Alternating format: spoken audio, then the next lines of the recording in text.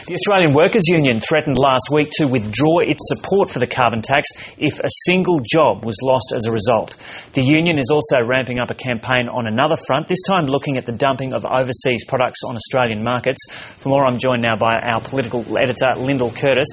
Now, Lyndall, Kevin Rudd was tapped on the shoulder or pushed when he started struggling in the polls because of the carbon tax. Can we expect that Julia Gillard is going to survive this? Well, I think she will, mainly because of the agreement with the independents that was done with her. But it's interesting that there is push now from several quarters on some fronts. One of those is coming from the Workers' Union, which has some questions about the carbon tax. It's also one of three unions convening a meeting on Wednesday on the question of dumping. The National Secretary of the Workers' Union is Paul Howes, and he joins me now. Mr Howes, welcome to News 24. Thanks, Lyndall.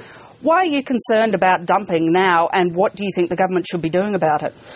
Well, over the last 10 years, we've seen a major number of structural changes in the global manufacturing sector, the most significant of which is China has moved from being a net importer of metals to a net exporter of metals. That's placed enormous pressure on the metal industry here in Australia.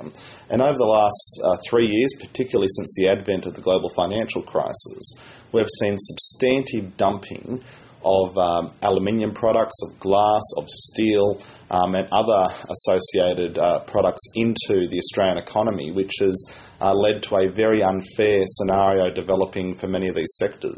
You produced a paper on the question which you'll put to the roundtable meeting on Wednesday. That paper goes through a number of concerns and a number of possible measures. Is one of the concerns that the government isn't taking advantage of the rules already in place to prevent dumping? Well, that's right. I mean, most developed economies have strong anti-dumping measures in place. Canada, the United States, the European Union all have strong anti-dumping regimes which work quite well. Unfortunately, Australia's anti-dumping regime works in such a way that you can't call the ambulance until you can prove yourself as being dead. And that obviously isn't in the long-term interests of Australia's manufacturing industry. We have a situation at the moment where we have aluminium extruded products being dumped into the Australian economy at a price less than you can buy bauxite, the raw material to make aluminium. We've seen a scenario where an anti-dumping case has been run on aluminium extruded products here in Australia, in Canada, in the United States and in Europe. In all jurisdictions, the government authorities found that yes, dumping was taking place by Chinese state-owned enterprises, but unfortunately the penalties awarded were such that in Canada it was around 38%, in the United States around 68%, in Europe a similar number. But in Australia, the Customs Department only awarded a 4.5% penalty, which really is not even a slap on the wrist. And we've now got the situation where all that dumped product which was going into North America and Europe is now looking for a home. And the Australian anti-dumping regime is so weak that we've basically said to Beijing, come and get us. And that situation can't continue. It's not in our national interest. It's not even in the interest of free trade, because dumping distorts free trade. And that's why we and our brothers and sisters in unions like the CFMEU and the AWU are convening this roundtable on Wednesday to hear from Australian industry and to develop a further campaign to get the Australian government to change our dumping system. You're also having some politicians along to that meeting, as I understand it. Bob Katter and Nick Xenophon will be there as well. Are you hoping, if the government doesn't take action, that you can get action in Parliament through the independents? Well, both Nick Xenophon and Bob Katter have indicated that they want an overhaul of Australia's anti-dumping system. Nick Xenophon has introduced a private members bill into the Senate, which we think has many positive aspects. There are many things in Senator Xenophon's legislation which we think the government should adopt. We don't think this needs to be a partisan agenda. We think that all parties should be supportive of having a strong and viable manufacturing industry here in Australia, and therefore it's in the national interest to ensure that the free trade rules as set by the WTO are complied with through having a tough cop on the beat. Unfortunately, we don't have that at the moment, And if we don't develop that in the long term, we're going to have substantive issues in having a viable manufacturing industry into the future. You've also expressed concerns about industry's viability under the carbon tax.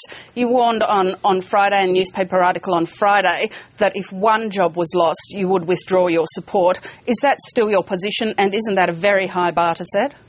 Well, we don't believe, until there is a global price on carbon, that there needs to be jobs lost here in Australia. We support action on climate change, we support putting a price on carbon, but we also believe the scheme should be designed in such a way to give appropriate compensation to trade-exposed industries so that until there is a global pricing mechanism, that those industries don't shut down and move to jurisdictions where there is no carbon pricing. I mean, this is also about a good thing for the environment, which is why I'm surprised that Bob Brown has been so ignorant about the realities of carbon leakage.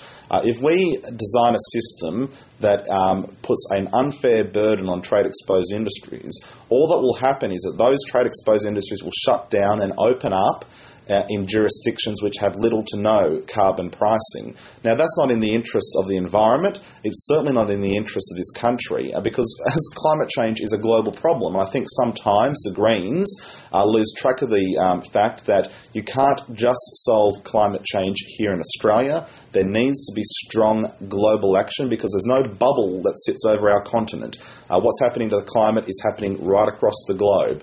And that's why when we put a price on carbon, which we support doing, there needs to be appropriate levels of compensation for emissions-intensive trade-exposed industries so we don't create a situation where those jobs go offshore. But can you really say that no jobs should be lost?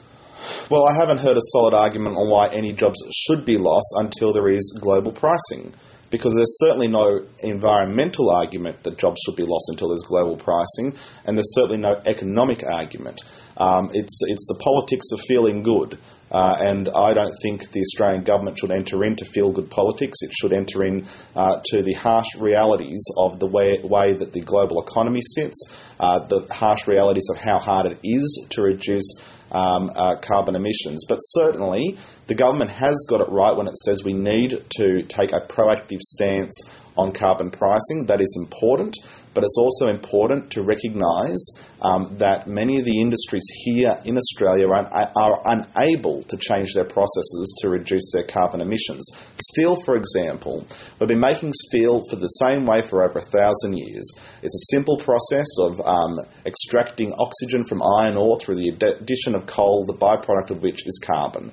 Now, until we develop carbon capture and storage technologies, there is very little that steel producers anywhere in the world can do to reduce their carbon footprint. Now, we're still going to need steel, so I think if we're going to make it somewhere in the world, we should make it here. And when you threaten to withdraw your support if one job is lost, what does that mean in practice? Will you not support the government putting this price on carbon if the design of the scheme is not right? Well, that's what we've said all along. There's no great news flash in this. I think some of the media got overexcited on Friday. It's a position we've had for a very long time. That is, we represent the interests of our members. We believe it's in the interests of blue-collar workers to, yes, put a price on carbon, but secondly, ensure that their jobs are protected through such a scheme. That's no different to what the government's saying. But what we have said is if they get the design wrong, if they don't have the appropriate levels of compensation for those workers in emissions-intensive trade-exposed industries, then we won't support a tax. Now, at the moment, we support putting a price on carbon, but we want to see the detail. We want to see the level of the compensation packages, and we want to make sure that there isn't an unfair burden placed on particular industries simply because Bob Brown wants it. We think that Labor has always done the right thing for the manufacturing industry, and if you look through the history of the Australian steel sector, the only steel mills that have ever shut down in this country have shut down under coalition governments. Labor saved the steel industry in 1983 with the Budden Steel Plan. It saved it again during the GFC. And I think Labor will save the steel industry during the advent of carbon pricing. But we've made it clear that if they don't, our union support will be gone. You also raised on the weekend concerns about speculation the government might cut the childcare tax rebate. You're now effectively fighting the government on three fronts. It's under a lot of pressure, including falling in the opinion polls. You were one of those who famously lent your support to Julia Gillard's push for the leadership. Are you now regretting that?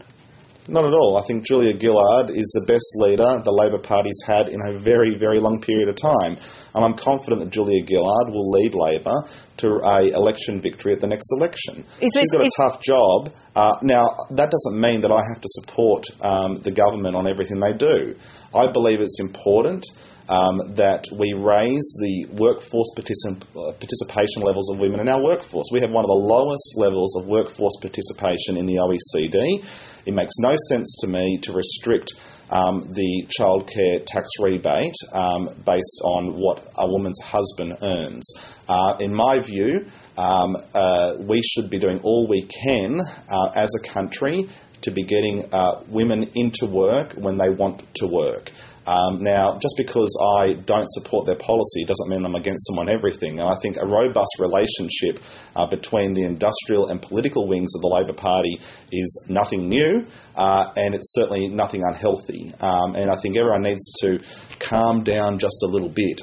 There has been a long and almost 120-year-old history of unions and the Labor Party disagreeing on key policies for a long period of time. Overall, we think it's in the interests of working people to have Labor governments in power, but that doesn't mean we give them a blank cheque and that we agree with everything that they do when they are in power. Paul House, thank you very much for joining News 24. Thanks, Lyndall.